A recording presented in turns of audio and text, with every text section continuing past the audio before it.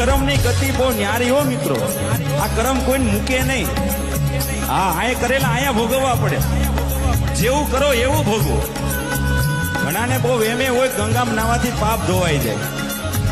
અરે શ્રવણ કાવડ લઈને ફરતો, સેવા એના માત પિતાની કરતો, પણ દશરથ રાજાએ આવીને એ પ્રાણ એના વીંધી નાખ્યા.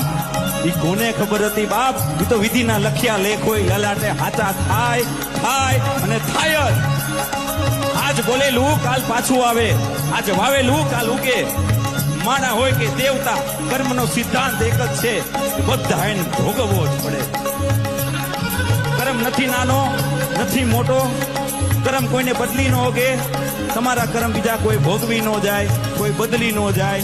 માણાનો એક જ ધર્મ છે કે કર્મ સુધારે. એટલે સતી તોરલ જેસલ જાડેજાને કહે છે, હે જાડેજા, માનવતા રૂપી ધર્મને તારા કર્મ સુધારી લે.